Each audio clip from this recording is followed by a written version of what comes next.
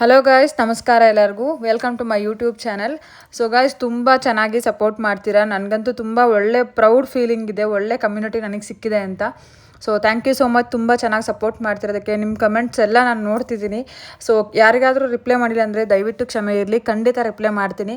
So hunting ವೀಡಿಯೋಸ್ಗೂ ಕೂಡ ತುಂಬ ಜನ ಫಾಲೋ ಅಪ್ ಮಾಡಿದ್ದೀರಾ, ಪಾರ್ಟಿಸಿಪೇಟ್ ಮಾಡಿದ್ದೀರಾ. Thank you so much.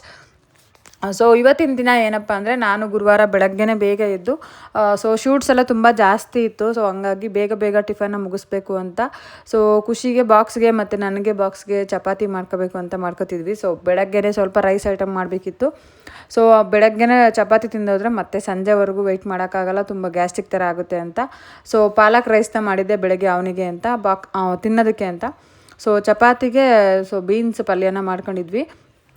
So time ಎಷ್ಟು ಬೇಗ ಹೋಗುತ್ತೆ ಅಂತಲೇ ಗೊತ್ತಿಲ್ಲ, ಯಾಕಂದರೆ ಅವನಿಗೂ ಸ್ಕೂಲು, ನಾನು ಕೂಡ ಶಾಪ್ಗೆ ಹೋಗಬೇಕು.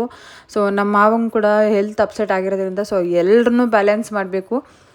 ಸಿಕ್ಕಾಬಟ್ಟೆ ಟಾಸ್ಕ್ ಅಂತಲೇ ಹೇಳ್ಬೋದು ಇದನ್ನು. ನಿಜವಾಗ್ಲೂ ಒಂದೊಂದು ಸತಿ ಅನಿಸುತ್ತೆ, ಇಷ್ಟೊಂದೆಲ್ಲ ಮಾಡಬೇಕಾ ಜೀವನ ಮಾಡೋಕ್ಕೆ ಅಂತ. ಸೊ ಏನೂ ಮಾಡೋಕ್ಕಾಗಲ್ಲ, ಮಾಡಲೇಬೇಕಾಗುತ್ತೆ. ಕೆಲವೊಂದು ಸಲ ಎಲ್ಲ ಚಾಲೆಂಜಸ್ನು ಫೇಸ್ ಮಾಡಿದಾಗ್ಲೇ ಆ ಸ್ಟ್ರಗಲ್ನ ಫೇಸ್ ಮಾಡಿ ಒಂದು ಒಳ್ಳೆಯ ರೀತಿಯಿಂದ ಹೋದಾಗ ಖಂಡಿತ ಒಳ್ಳೆಯದಾಗುತ್ತೆ ಅನ್ನೋದು ನನ್ನ ನಂಬಿಕೆ.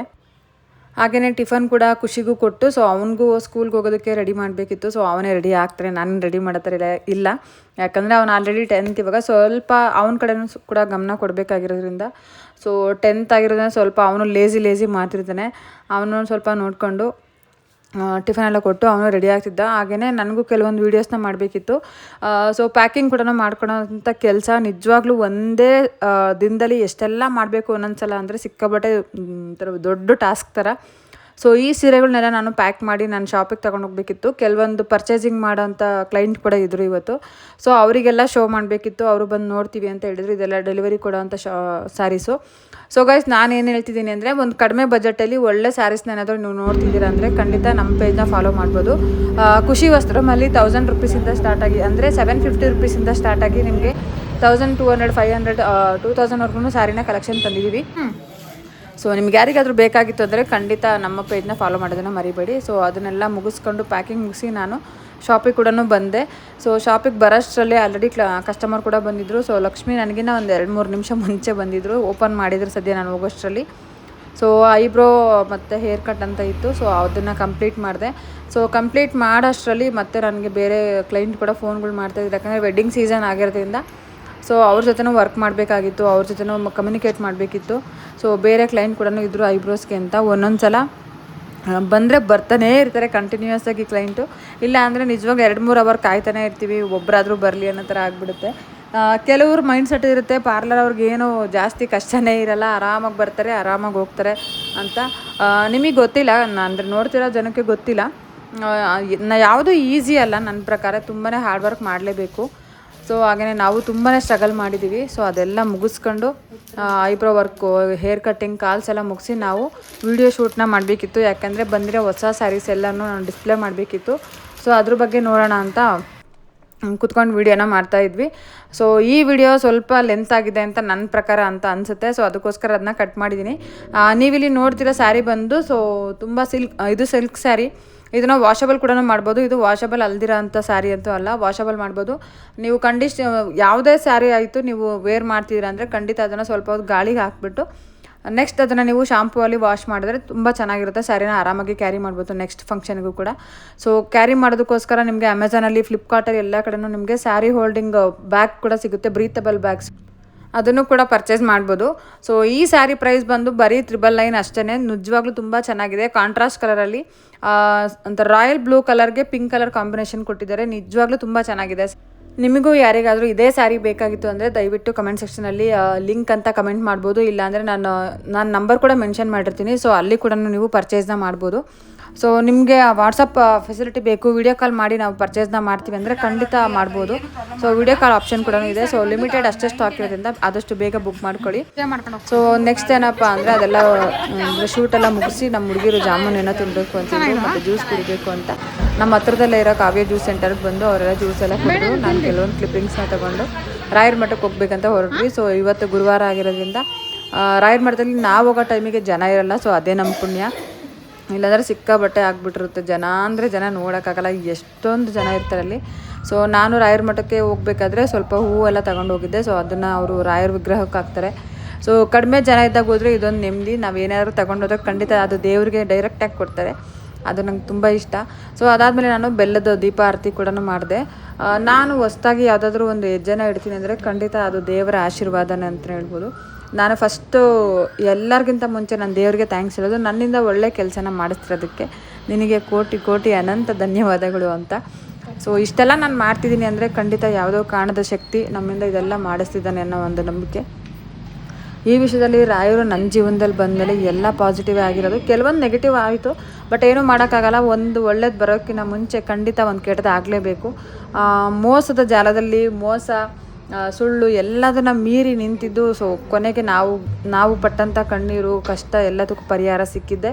ಸೊ ರಾಯರ ಮೊರೆ ಹೋದ್ಮೇಲೆ ಒಳ್ಳೇದಾಗೇ ಆಗುತ್ತೆ. ಸ್ವಲ್ಪ ಫಸ್ಟಿಗೆ ಬಂದಿರೋಂಥ ಮೋಸ ಆದಷ್ಟು ಬೇಗನೆ ತೋರಿಸ್ತಾರೆ ರಾಯರು. ನನ್ನ ಜೀವನದಲ್ಲೂ ಅದೇ ಆಗಿದ್ದು.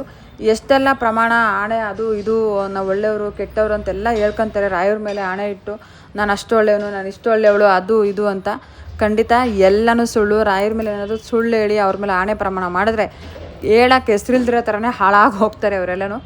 ಸೊ ಇದು ನನ್ನ ಪರ್ಸ್ನಲ್ಲಾಗಿ ನಾನು ಎಷ್ಟು ನಂಬ್ತೀನಿ ರಾಯರನ್ನ, ಅಷ್ಟು ಕೂಡ ನನಗೆ ಅವರು ತೋರಿಸಿದ್ದಾರೆ ಯಾರ್ಯಾರ ಮುಖವಾಡಗಳು ಹಿಂಗಿರುತ್ತೆ, ಎಷ್ಟೆಲ್ಲ ಮೋಸ ಮಾಡ್ತಾರೆ ಭೂಮಿ ಮೇಲೆ ಜನ ಅಂತ.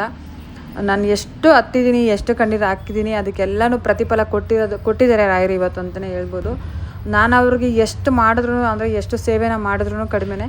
ಸೊ ನಾನು ಅದಕ್ಕೆ ತುಂಬ ನೋವು ಪಟ್ಟಾಗ ಅದರಿಂದ ಆಚೆ ಬಂದಾಗ ನಾನು ದೇವ್ರಿಗೆ ಹೇಳೋದು ಎಲ್ಲನೂ ಒಳ್ಳೆಯದಕ್ಕೆ ಆಗಿರೋದು ಅನ್ನೋ ನಂಬಿಕೆ ನನಗೆ ತುಂಬ ಜಾಸ್ತಿನೇ ಇದೆ. ಸೊ ಅದೆಲ್ಲ ಮುಗಿಸಿ ದೀಪಾರತಿ ಎಲ್ಲ ಮುಗಿಸ್ಕೊಂಡು ನಾನು ಹೆಜ್ಜೆ ನಮಸ್ಕಾರನ ಹಾಕ್ತೆ. ಸೊ ಇದ್ರ ಬಗ್ಗೆ ನಿಮಗೆ ಗೊತ್ತಿರುತ್ತೆ ಹೆಜ್ಜೆ ನಮಸ್ಕಾರ ಏನಕ್ಕೆ ಹಾಕ್ತಾರೆ ಅಂತ. ಎಲ್ಲರೂ ಕೆಲವೊಂದು ಸತಿ ಏನೇನು ಮಾಡ್ತಾರೆ, ಒಂದು ದೇವಸ್ಥಾನಕ್ಕೆ ಹೋಗಿದ ತಕ್ಷಣ ಡೈರೆಕ್ಟಾಗಿ ಒಂದು 2-3 ಸತಿ ಅಡ್ಬಿದ್ದು ಬಂದುಬಿಡ್ತಾರೆ. ಇನ್ನು ಕೆಲವರು ಹೆಜ್ಜೆ ನಮಸ್ಕಾರ ಹಾಕಿದ್ರೆ ಸುಮ್ಮನೆ ನಡ್ಕೊಂಡು ಹೋಗೋದು ಅಂತ ಅಂದ್ಕೊಂಡಿರ್ತಾರೆ. ಸೊ ಹೆಜ್ಜೆ ನಮಸ್ಕಾರ ಅಂದರೆ ಆ ಥರ ಅಲ್ಲ.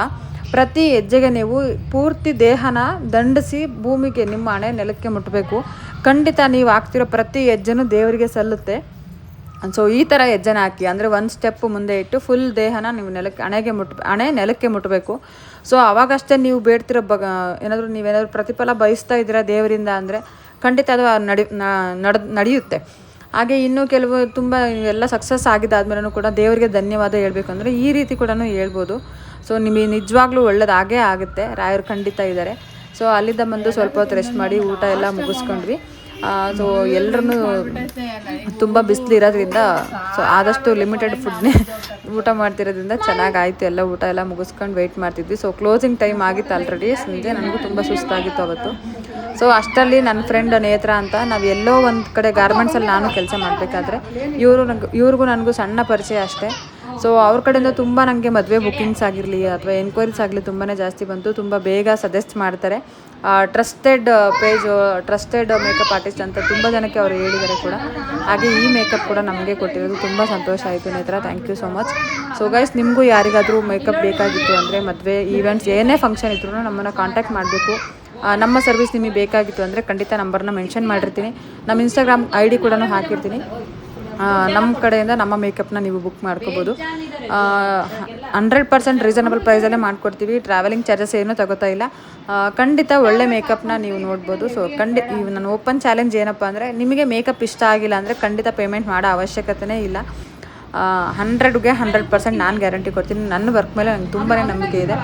ಸೊ ಗಾಯ್ಸ್, ಇಷ್ಟೊತ್ತುವರೆಗೂ ನನ್ನ ವಿಡಿಯೋನ ನೋಡೋದಕ್ಕೆ ಥ್ಯಾಂಕ್ ಯು ಸೋ ಮಚ್. ನಿಮ್ಮೆಲ್ಲರಿಗೂ ರಾಯರ ಆಶೀರ್ವಾದ ಸದಾ ಸಿಗಲಿ, ಒಳ್ಳೆಯದಾಗಲಿ. ಯಾರಿಗೂ ಕೆಟ್ಟದನ್ನು ಮಾಡೋದಕ್ಕೆ ಹೋಗಬೇಡಿ, ಯಾರಿಗೂ ಮೋಸ ಮಾಡೋದಕ್ಕೆ ಹೋಗಬೇಡಿ. ಮೋಸ ಹೋಗಿದ್ರೆ ಖಂಡಿತ ಅವ್ರಿಗೂ ಆ ದಿನ ವಾಪಸ್ ಬರುತ್ತೆ ಅಂತ ನಾನು ಹೇಳ್ತೀನಿ. ಯಾರೆಲ್ಲ ನಿಮಗೆ ರಾಯರ ಮೇಲೆ ಹಣೆ ಇಟ್ಟು ಅದಲ್ಲ ಇದಲ್ಲ ಅಂತ ಹೇಳಿ ನಿಮಗೆ ಮೋಸ ಮಾಡಿರ್ತಾರೆ, ನಿಮ್ಮ ಎದುರುಗಡೆ ಒಂದು ದಿನ ಬಂದು ನಿಲ್ತಾರೆ, ನಾನು ಮೋಸ ಮಾಡಿದ್ದೀನಿ ಅಂತ ಹೇಳ್ತಾರೆ. ಅಲ್ಲಿವರೆಗೂ ಕಾಯೋ ತಾಳ್ಮೆ ನಿಮ್ಮಲ್ಲಿರಲಿ. ರಾಯರಿದ್ದಾರೆ.